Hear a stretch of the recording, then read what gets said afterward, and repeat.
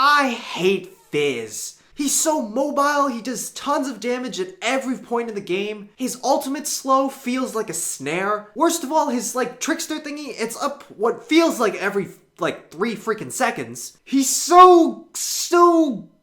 Have I abused Fizz for elo?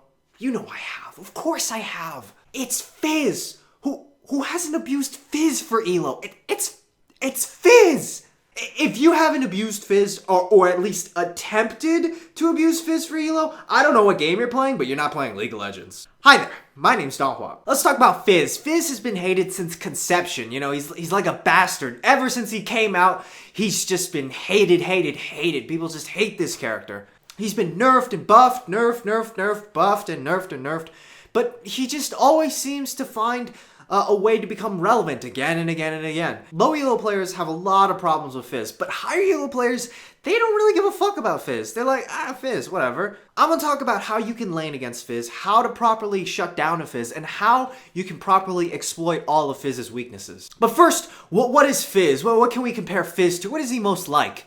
I've thought about this a lot, and the only thing that I feel is appropriate to compare Fizz to is Cancer. Yes, Cancer. Now I know that a lot of champions, that they feel pretty cancerous to play with. And in League of Legends, most of the time, it's just going to be your teammates who give you Cancer. But Fizz, if you had to pick one champion to be the Cancer incarnate, it would be Fizz. This picture is a picture of a healthy lung. And this picture is a picture of a lung with cancer. Look how small the Cancer is. Look how small the Fizz is. And look how both of them will destroy you and take everything away from you. As Fizz gets fed, he grows, just like how Cancer grows as well. And how freaking hard is it to kill Cancer, am I right? You throw surgery at it, chemotherapy, radiation, drugs, healthy eating, CC, auto attacks, ultimates, all this shit at it, and it still lives with 20 HP. Fun fact, and this is absolutely true, and you can research it and look it up yourself, there have been people who have been treated, who have cancer and have been treated by infecting them with modified versions of AIDS. So there have been cases where AIDS has been used to cure cancer.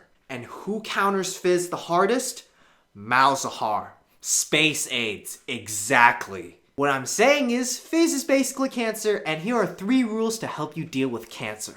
Number 1, for lack of a better saying, the best time to get cancer, there's no good time to get cancer, right? Like, no one's happy that they get cancer. Ooh, I got cancer, right? Just like no one ever says, ooh, I get to play against Fizz, how fun. Now, like I said, in higher elos, Fizz is mostly not a problem, and that is mainly because higher elo mages are really good at punishing Fizz. Dealing with Fizz is the same way as dealing with cancer. So long as it does not grow or spread to the other lanes, it's not really a big threat. If you don't allow a Fizz to snowball and grow really fast, then he's not really going to be a big problem come the late game. If you're gonna get cancer anyway, you might as well get it in the early stages. So, the best time to get cancer, or the best time to fight Fizz, is early on. Now, if you're playing an assassin versus Fizz, it's mostly just gonna be a skill matchup depending on who hits who first. But as a mage, you're gonna wanna push early on against Fizz. Fizz does not have good wave clear early on.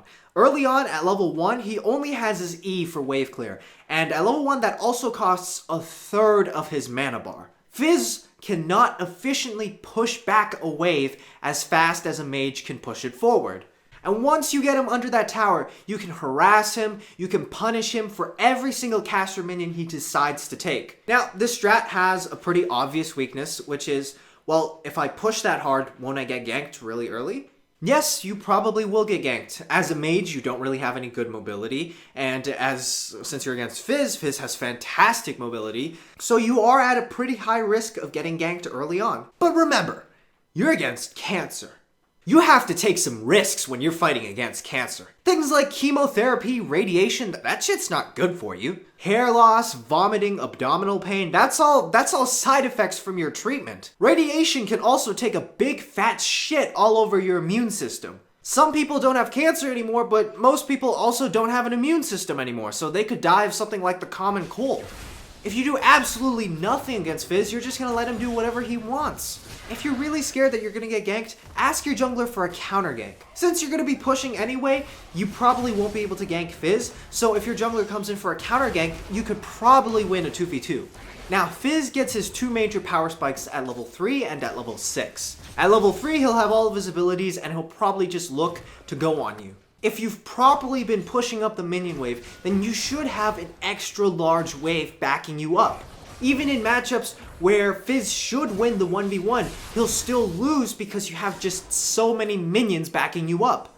However, if you do not have this, then you cannot let Fizz start trading with you. If you allow Fizz to get on you, in most mage matchups, Fizz will win the trade. So this leads into the second step, which is fighting cancer takes a lot of knowledge. You gotta know what kind it is, you gotta know how big it is, you gotta know how strong it is, you gotta know where it is, and you gotta know if it's passive or aggressive. With Fizz, the main thing you gotta learn is the range of his Q. The range of a Fizz Q is 550.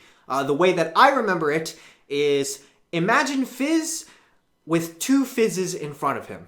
That is the range of his Q. So why do you want to learn the range of his Q and not his E? His E is actually 1/3 longer than his Q, if you include the splashdown. His E does more damage than his Q as well, so why do you want to only learn the range of his Q? Because his E can go into any direction. It's his only defensive ability. Unless he's got minions behind him, or if he's in front of your champion, he can't use his Q as an escape.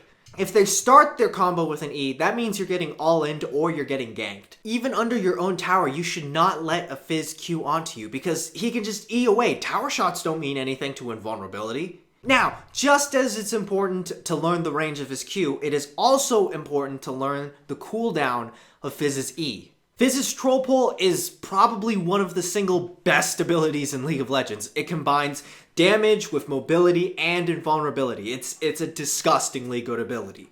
Just about every single Fizz player will max this ability first. So this is the simplest way to remember the cooldown. At level 9, it will be max rank. So at level 9, it has a 9-second cooldown.